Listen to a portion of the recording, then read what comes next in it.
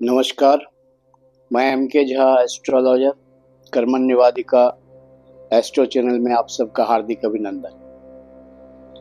21 सितंबर 2025 को सर्वपितृ अमावस्या, उसी दिन सूर्य ग्रहण।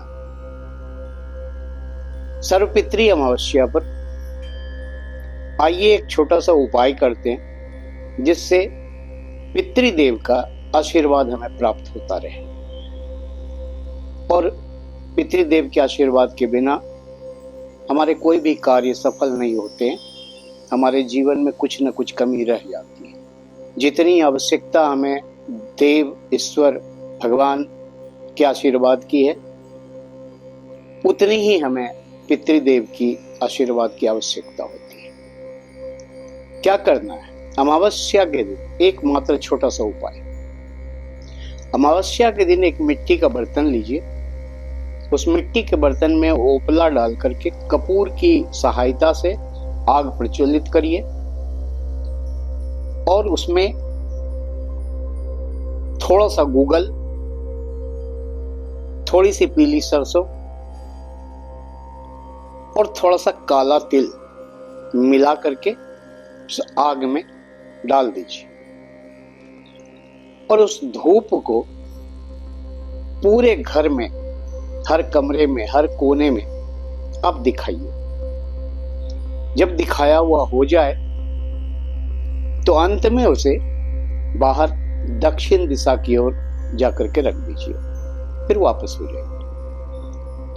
आपके जीवन में जो भी कठिनाइयां आ रही हैं, परेशानियां आ रही हैं, काम रुक रहा है, वो सब शुरू हो जाएगा। सफलता प्राप्त होनी शुरू हो जाएगी। पितृदेव का आशीर्वाद प्राप्त हो जाएगा। पितृदोष अगर हो तो भी उसमें लाभ करेगा। करके देखिए, आप स्वयं कहेंगे कि ये एक अच्छा उपाय है। बहुत छोटा सा और सटीक उपाय है। आज कुछ व्यूअर्स के आग्रह पर मुझे नवरात्रि के पूजा विधि के विषय में जानकारी देने का आग्रह हुआ था कि नवरात्रि में घर पे कैसे पूजा करें, क्या तरीका होना चाहिए पूजा करने का, नवरात्रि में क्या माता को अर्पित करना चाहिए, क्या नहीं अर्पित करना चाहिए, पूजा की शुरुआत कैसे करनी चाहिए और उसकी निवृत्ति कैसे होनी चाहिए। तो आइए एक एक करके हम जानते हैं। सर्वप्रथम घट स्थापना के दिन, कलश स्थापना के दिन दिनांक 22 सितंबर 2025 को जहां आपको माता को स्थापित करना है, उस जगह को पहले आप साफ कर लीजिए, पवित्र कर लीजिए। स्नान करने के पश्चात वहां गंगा जल का छिड़काव करिए। माता की चौकी स्थापित करिए। चौकी के ऊपर लाल वस्त्र आप रखिए। फिर माता की मूर्ति हो तो वो रखिए, तस्वीर हो तो वो रखिए। दो में जो आपके पास उपलब्ध है वो रखिए। उसके बाद आप कलश स्थापना करिए, घट स्थापना करिए। मिट्टी की बेदी बनाइए। मिट्टी की बेदी बना करके उसके ऊपर जौ डालिए। जौ के ऊपर कलश रखिए। कलश लोहे और स्टील का नहीं होना चाहिए, वर्जित है, निषिद्ध है। बाकी मिट्टी का हो, सोने का हो, चांदी का हो, कोई भी कलश हो वो चलेगा। सिर्फ लोहे का और स्टील का नहीं होना चाहिए। कलश में स्वस्तिक बनाइए। कलश के गले में रक्षा सूत बांधिए। उसे जौ के ऊपर स्थापित करिए। कलश में गले भर गंगा जल डालिए। उसमें सुपारी डालिए, दूर्वा डालिए, द्रव्य डालिए, हल्दी की एक गांठ डालिए, लौंग डालिए, इलायची डालिए। उसके बाद एक पात्र लीजिए जिसमें चावल भर दीजिए। उस पात्र को कलश के ऊपर स्थापित करना है। लेकिन उसके पहले आप आम का पल्लव लीजिए। आम का पल्लव 8 पत्ते का होना चाहिए, याद रखिएगा। अष्टदल पल्लव होना चाहिए, 8 पत्ते का पल्लव होना चाहिए आम का। वो लेकर के कलश पर रखिए और चावल जो आप पात्र में रखे हैं उसको उसके ऊपर पात्र समेत रख दीजिए। फिर आप नारियल लीजिए, साबुत नारियल। साबुत नारियल पे लाल वस्त्र से उसको लपेटिए। आप चाहें तो रक्षा सूत से लपेट करके उसको बंधन भी दे सकते हैं। और फिर नारियल को लंबाई में, नारियल का जोड़ जिस तरफ हो वो अपनी ओर रखिए और उसे स्थापित करिए। वो स्थापित करने के बाद जल से, अक्षत से, पुष्प से कलश की पूजा करिए। मंत्र आपको किसी भी किताब में मिल जाएगा। अगर मैं मंत्र बताना शुरू कर दूंगा तो वीडियो बहुत लंबा हो जाएगा। तो पहले कलश की पूजा कीजिए। उसके बाद कलश की पूजा हो जाने के बाद आप माता के मूर्ति हो या तस्वीर हो, उसके चरण को गंगा जल से पखारिए। फिर उन्हें सिंदूर लगाइए। माता को वस्त्र, लाल चुनरी, ताजा फल, श्रृंगार का सामान अर्पित कीजिए। उसके बाद बैठ जाइए। बैठ करके जहां आपने कलश स्थापना किया उस वेदी पर, उसी वेदी पर आप सर्वप्रथम गणपति की पूजा कीजिए। गणपति की पूजा करने के बाद पंच देवता की पूजा कीजिए। पंच देवता की पूजा जब हो जाए तब आप संकल्प कीजिए। हाथ में पान, सुपारी, जल, अक्षत, द्रव्य और पुष्प ये ले लीजिए। संकल्प कीजिए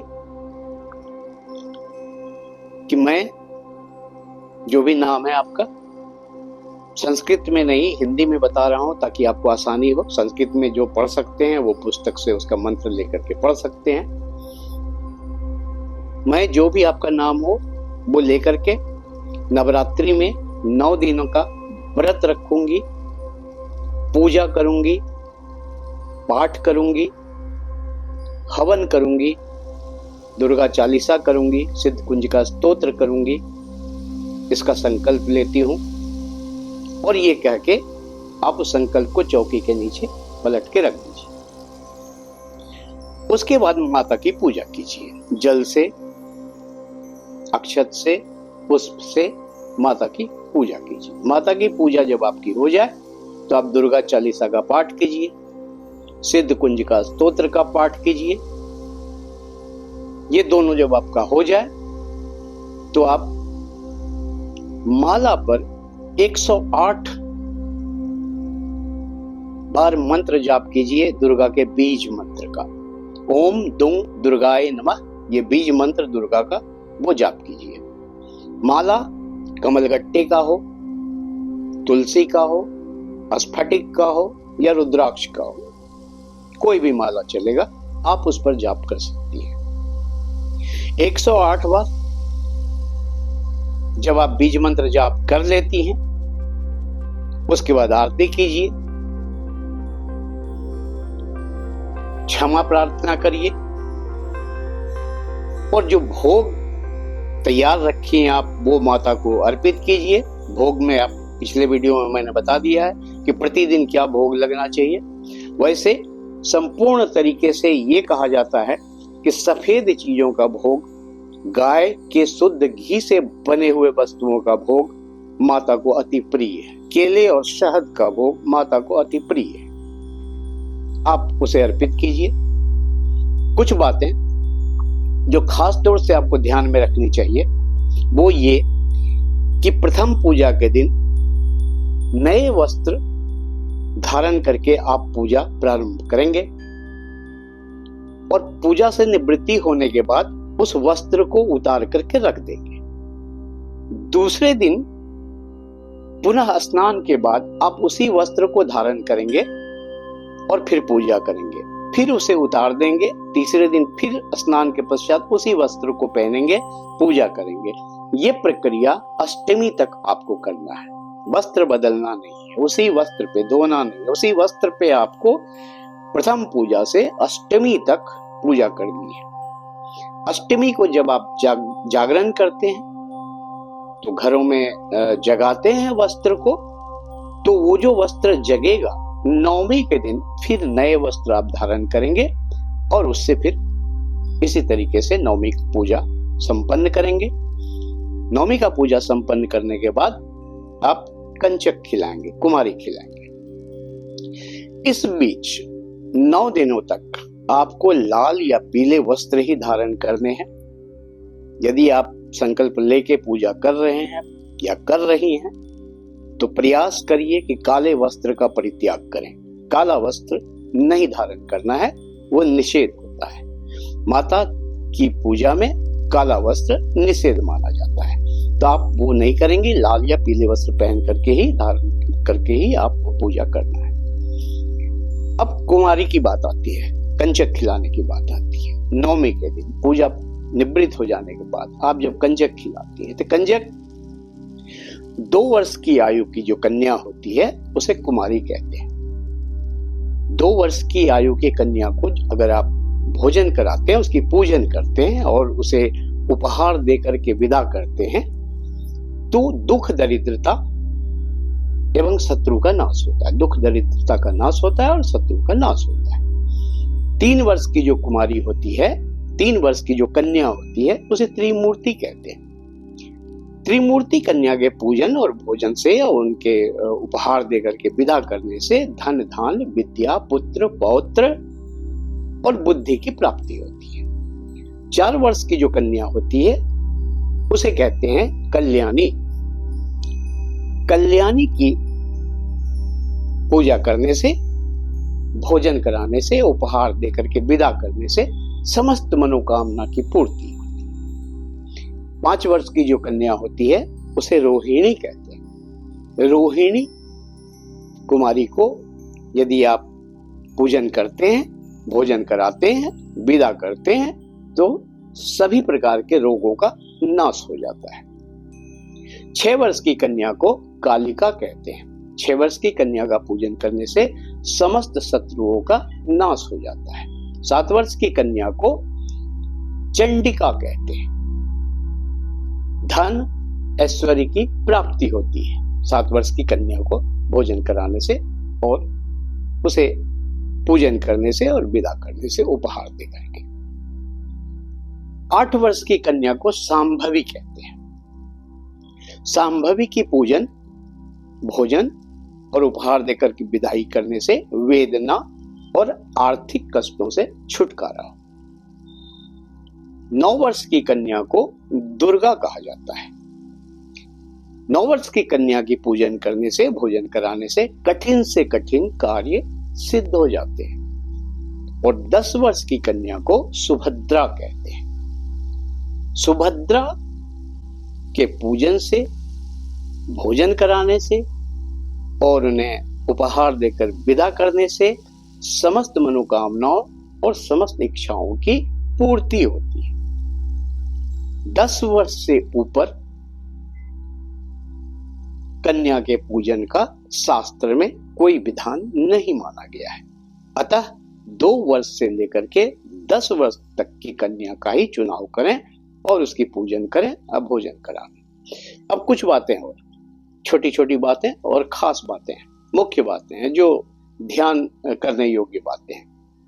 माता दुर्गा को गुड़हल के लाल फूल, अपराजिता के फूल और समी पत्र ये प्रतिदिन चढ़ाएं, प्रतिदिन अर्पित करें, ये उनको बहुत प्रिय है।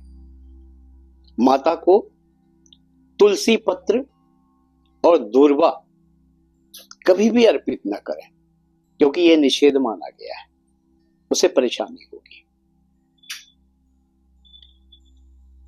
इस तरह से जब आप पूजा करेंगे, निवृत्ति होगी आपकी पूजा से, तो आपको शांति मिलेगी, सुख मिलेगा, सौभाग्य की प्राप्ति होगी।